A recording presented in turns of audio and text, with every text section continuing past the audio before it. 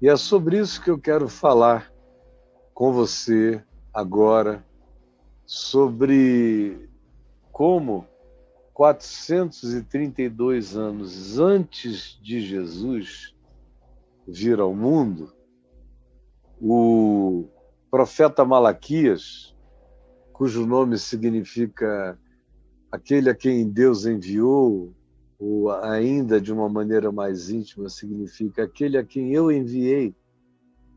E Malaquias foi o último dos profetas contabilizados na listagem canônica do que nós chamamos aqui, na nossa mão, de Velho Testamento. E ele profetizou por volta do ano 432, quando o pequeno templo, depois do cativeiro, já tinha sido construído, aquele por Esdras e Neemias, provavelmente depois do segundo retorno de Neemias, voltando da Pérsia, mas ainda sob influência persa, o templo foi erguido com as bênçãos iniciais de Ciro o Grande, e o fato é que havia ainda muita gente que não tinha voltado da Pérsia, e os que haviam voltado estavam pensando só em si mesmos e não pensavam, por exemplo, em terminar o templo. E aí se dá uma força especial no dízimo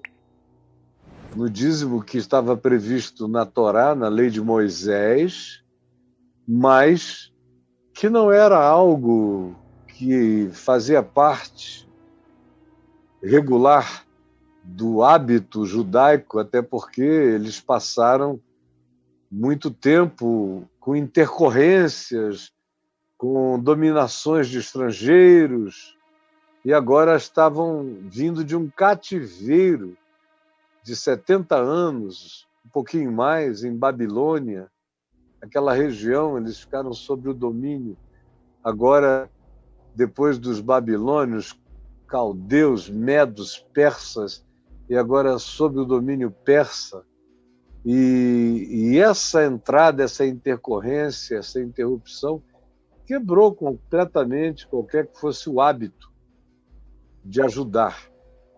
E o que aconteceu é que também os sacerdotes, espertalhões, por isso tem tantas palavras no livro de Malaquias contra os sacerdotes, contra a maldade dos sacerdotes, contra a impureza dos sacerdotes, porque eles pegavam o dízimo do povo, dizendo que era para o sustento do templo, sustento dos levitas, que se dedicavam à manutenção, ao cuidado, às realidades físicas da manutenção do templo e do término do templo, e embolsavam o dinheiro todo. E faziam casas maravilhosas, mansões, tudo como é hoje. Para você não se enganar, é a mesma coisa.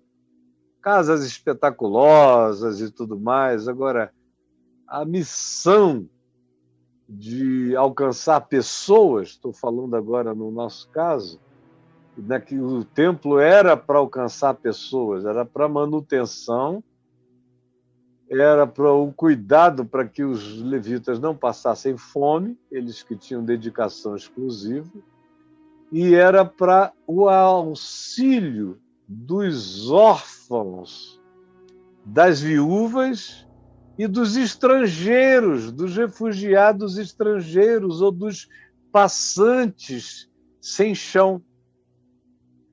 Você veja qual era a finalidade do dízimo no Velho Testamento. E veja como ela era infinitamente superior às razões para se dar o dízimo nos nossos dias. Nos nossos dias só se diz que é para Deus, e que se você der para Deus, você vai ganhar dinheiro de volta. É um negócio. E Deus é o banco do teu investimento sem fim. E é uma coisa mesquinha o dízimo de hoje. E que fica todo mesmo é na mão dos donos de denominação, de igreja. Tem casas em vários lugares e aviões, às vezes, ou nem tanto, mais regularmente do que a gente imagina. Eles escondem essas coisas. Suas grandes lanchas, seus grandes barcos, suas viagens extraordinárias.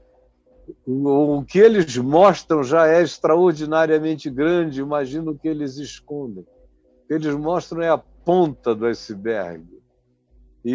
Mas naqueles dias o dízimo era para o sustento básico dos levitas, para manutenção de restauração. Caiu um tijolo aqui, caiu outro ali, está faltando isso aqui, ali. Coisa básica. O grande e a maior parte desse recurso ia para o auxílio aos órfãos, às viúvas e aos estrangeiros, conforme determinava a lei de Moisés. E aqui entre nós, os legalistas que ficam apelando para a lei de Moisés e para o dízimo, como se fosse uma instituição do Novo Testamento, dizem que é para Deus, mas Deus é o bolso deles. Quando eles falarem, traga o dinheiro para Deus, saiba, é para o meu bolso.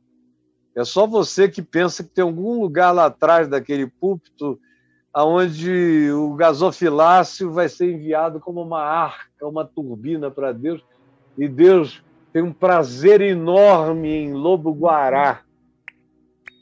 Ele que criou a criação toda e o lobo-guará é a criação dele, não tem nenhum prazer em pegar em papel com impressão de lobo e guará. Quem tem é o dono da sua igreja, do lugar que você frequenta. Agora, você faz isso porque quer, enganado porque gosta. O órfão, a viúva e o necessitado continuam a precisar da sua ajuda, do dízimo do seu amor. Então, em 432, mais ou menos, antes de Jesus, Malaquias traz algumas mensagens fortes contra os sacerdotes, traz contra todos os aproveitadores e exploradores do próximo, traz uma mensagem contra aqueles que exploravam o trabalhador no campo e que roubavam o dinheiro, forçando o indivíduo a trabalhar horas e horas por nada, numa espécie de escravidão velada, e traz uma última palavra, que é aquela com a qual ele termina a profecia de Malaquias. Se você quiser, leia o livro todo depois, ele é curto, cheio de perguntas importantíssimas.